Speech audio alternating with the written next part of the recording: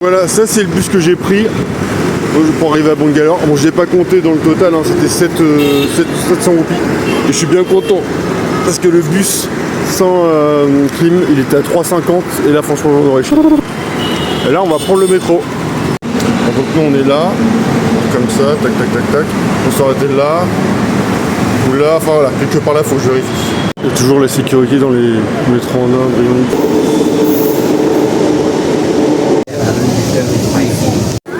Oh l'enfer. Enfin, heureusement qu'ils sont disciplinés et qu'ils font la queue. En fait ça va pas être si terrible.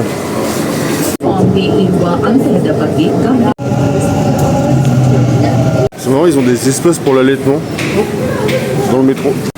Donc là on est à Jayanagar. Donc là c'est un quartier classe moyenne sup, super vert. C'est sympa quoi. Ça va être agréable à vivre. Et oui, plus globalement, on rappelle que Bangalore, c'est quand même voilà, c'est la ville de la tech, il y a plein de sièges d'entreprise. C'est genre, on appelle la Silicon Valley indienne. C'est l'équivalent de notre Seine-Saint-Denis selon notre cher président. Non, mais c'est drôle, t'as de la bouffe un peu internationale. Genre, ouais, non, c'est pas, c'est ça l'Inde, hein. On passe d'un extrême à l'autre. Hein. Et encore, on va pas se mentir, le Kerala, c'était quand même plutôt chill. C'est un peu ghetto cet hôtel, hein. Ouais, et c'est toujours moins de 8 euros, là, c'est presque 8 euros. On va juste regarder s'il y a des puces de lit, parce que j'avais vu, il avait une très mauvaise note cet hôtel, mais franchement, il faut pas se fier à ça. Pas l'impression de voir quoi que ce... Je sais pas, là ça va, il est un peu crado cet hôtel, on va pas se mentir. Mais du coup, dans le doute, ce que je vais faire, c'est que je vais laisser mes affaires, vraiment toutes mes affaires loin du lit. Ça au pire, voilà, au pire je jetterai mon caleçon. Il y a des puces de lit. Mais non, franchement ça va. Oh lolo, oh le bordel, putain, il y a trop dans le plafond. Il y a un entre guillemets pub dans mon... au 4e étage de mon hôtel, voilà. Première pression, enfin bon là c'était vraiment le fond de cuve, quoi. Ça a pris un quart d'heure à tirer, enfin bon. Et la porte se ferme un peu mal, donc je vais quand même aller, après ça je vais quand même aller demander s'il peut m'en filer une autre. Parce que j'ai vraiment l'impression que c'est quand même vraiment la plus pourrie de l'hôtel, on va pas se mentir. Bon, je leur ai juste demandé gentiment, ils m'ont donné celle d'à côté qui est déjà mieux. Mais l'autre était peut-être plus grande, mais non ça m'a l'air quand même un peu mieux. L'autre elle était vraiment flinguée. Flinguedasse. Et non, et la serrure ferme vraiment quoi. Là je vois, l'autre porte, elle fermait vraiment pas bien quoi. Et en fait, vu que j'ai un peu qu'il y a pas mal de passages, à vrai dire j'ai l'impression que c'est une maison, enfin c'est un hôtel de passe aussi ici, tu vois. Je pense. Donc bon, je préfère avoir une porte qui ferme bien. Il y a une chose de sûre, j'enlève pas mes tongs d'une seule fois. Et j'utilise pas la petite douchette. J'arrive à la porte, j'emmène mon passeport et tout, je sais pas pourquoi, j'ai mon ascenseur. Donc tu vois, il est dans son jus. Bangalore by night.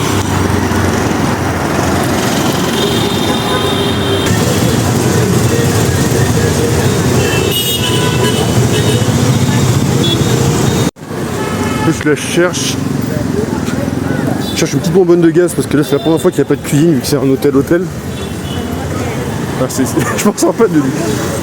Et bref, on va voir après, c'est que j'ai très peu de batterie là et j'ai pas envie de galérer à rentrer. Donc au pire on verra ça demain. Putain. Voilà. C'était inespéré mais c'est bon. J'ai plus l'habitude de traverser en trafic là, moi faut que je me refasse. Hein. C'est moins pire que le Vietnam mais j'ai moins confiance. Vraiment pas incroyable le petit showman de rue et en plus il l'arrache. Heureusement que j'ai ça pour faire passer le tout. Ouais bon j'ai vraiment pas l'impression qu'il y ait des puces de lit parce que j'ai regardé 10 fois partout. Par contre c'est vrai que c'est dégueulasse quoi. C'est dégueulasse mais bon. Bon bah j'ai dormi tout nu et pas de piqûre donc a priori il n'y a pas de puces de lit. Et dans le doute j'ai mis mes affaires dans la baignoire. Dans la salle de bain pardon. Bon c'est reparti pour la mission sac. Et aujourd'hui j'ai bon espoir de trouver ce qu'il me faut.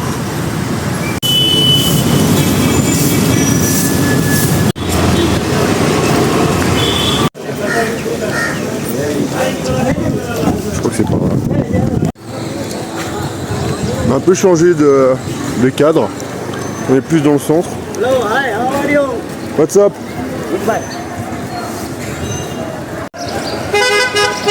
Voilà, bouger je crois. J'ai peur de me faire citer par une vache. Oh, ça c'est pas loin là. Bon, après c'est par là. Là, j'ai failli glisser dans une bouse. Alors là, j'avoue que ouais. C'était pas prévu.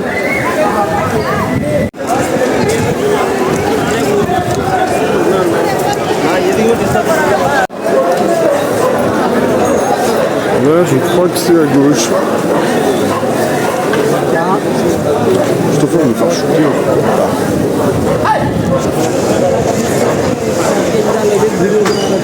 Bon, finalement j'ai trouvé. Après faut voir parce que c'est loin, ça coûte 2 balles, je m'en fous. Là on va enfin au magasin.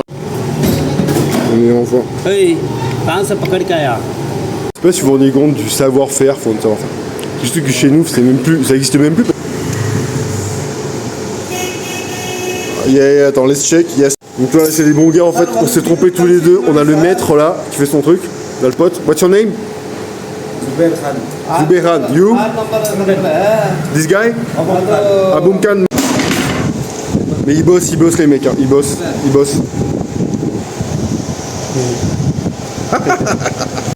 Bon, ça a pris un peu de temps, mais enfin on y est. Le mec il fait des antennes, il veut m'offrir une antenne. Ah. Ok. Maybe I don't do antenna, but I keep it. Thank you very much. Ils m'ont invité à manger un dosa. So, what's inside, so? What's your name again? Zubel. For the ladies. Zubel for the ladies.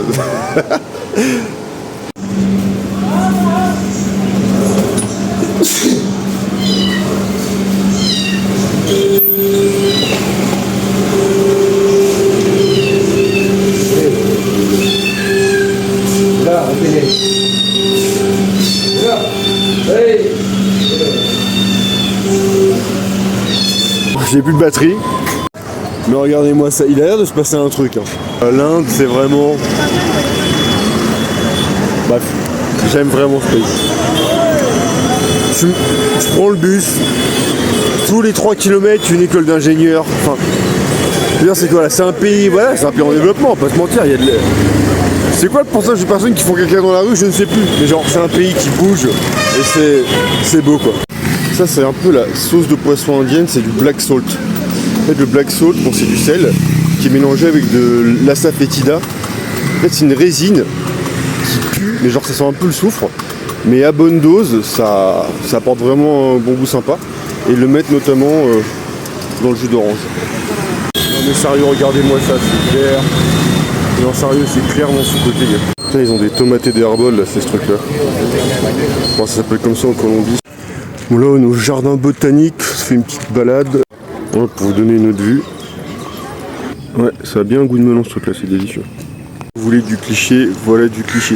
Ok, mais je tiens quand même à dire quelque chose, c'est que vous voyez toutes les vidéos qu'on voit de street food affreuses et genre de gros bordel en Inde, c'est souvent dans les marchés. Parce que la majorité du pays est quand même plutôt relativement propre, dirons-nous. Regardez-moi ça, petit quartier résidentiel, bien arboré. Non, sérieux, c'est une ville vraiment sympa, Bangalore.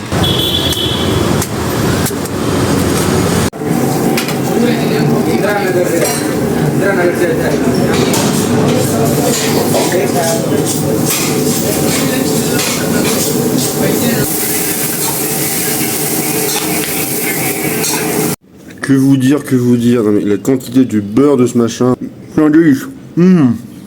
Heureusement que je n'avais pris deux. Hein. Donc, de quoi ça se compose en fait? Donc il y a le masala butter, c'est un espèce de ghee avec des épices, qui est délicieux. J'ai déjà mangé, mais il y avait une sorte de purée, je suppose. Et là pareil, une espèce de petite purée de coco avec des épices. Oh. Alors un biryani d'Hyderabad. Eh ben, franchement, le profil de saveur est un peu différent. Et c'est très bon. Je suis content de m'en avoir pris un deuxième pour le train, mais je sais pas comment je vais bouffer ça. Ça, c'est de la gare.